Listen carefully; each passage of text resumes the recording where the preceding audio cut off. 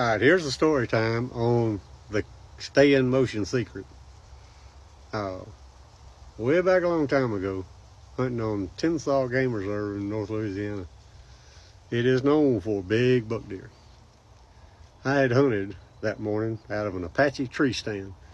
Now, Apache tree stand was an aluminum stand, 3 sections, 2 long ladders and a seat. And hunted a while, didn't like where I was at, decided to move. And I knew I was going to go down a little ways, put the stand up in another spot.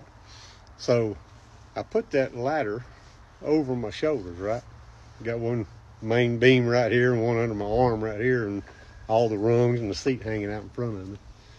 And I took off, and it was muzzleloader season. So now I got the muzzleloader on this shoulder pointing backwards and the stand pointing backwards. And I made it out to a little muddy road and was going to walk down that road a half a mile or so. And I go slipping that road, and I ain't got nothing to do but waste time and go. And somewhere along the way, I looked down and seen a big old deer track. I mean, it looked like a elk track. And golly, boy, that's a big old track. A few more steps, I see another track same way. But this time, there's water running into that track, fresh. It ain't filled that track up yet. It's pouring in there and filling it up as I'm looking at it. And it, oh my God, that's fresh. So I raised my head and looked back up the road, and the biggest buck deer I have ever seen in the wild was standing right there in front of me, about 60 yards broadside, looking back at me with horns that looked nearly as wide as that 2-track road. I mean, it was a knee shaker. One of them, oh my God, that's a big old buck deer. Now, I was in motion when I seen him. So I did what I said, I stayed in motion. First thing I did was take that stand and drop it off of this shoulder and start sliding it down to the ground. I had to shimmy and shake and get it and squeeze it with my legs and let it down onto the ground.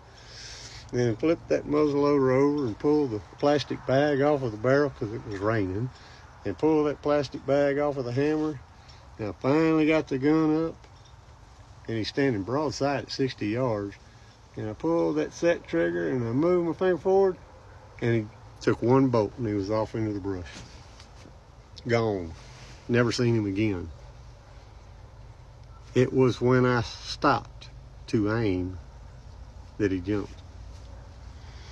Now, in hindsight, and hindsight being as clear as it is, I didn't need to put that stand on the ground. I could have shot that muzzleloader from the shoulder with it up there. All I had to do was lean the stand out of the way and do the shot. I didn't need to take the plastic bag off of either end of it. That hammer would have clapped through that bag, and a bullet would have shot through that Ziploc. And I didn't need to pull the set trigger. I could have just pulled the front trigger hard enough to make it go off.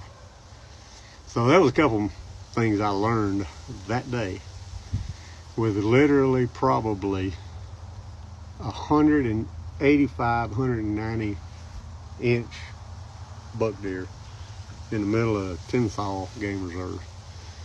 So anyway, the lesson was, if a deer sees you in motion, when you see it, stay in motion until you're ready for the shot. Like really ready for the shot. You ain't got to do all the crap in the middle that I did. Anyway, good luck.